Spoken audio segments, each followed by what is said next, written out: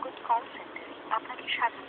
আপনার নগদ অ্যাকাউন্টের পিন রিসেট করতে বা আগের পিন ভুলে গিয়ে থাকলে *167# ডায়াল করে নগদ মেনুতে যান। পিন রিসেট অপশনের জন্য ৮ সিলেক্ট করুন এবং পরবর্তীতে ১ সিলেক্ট করুন।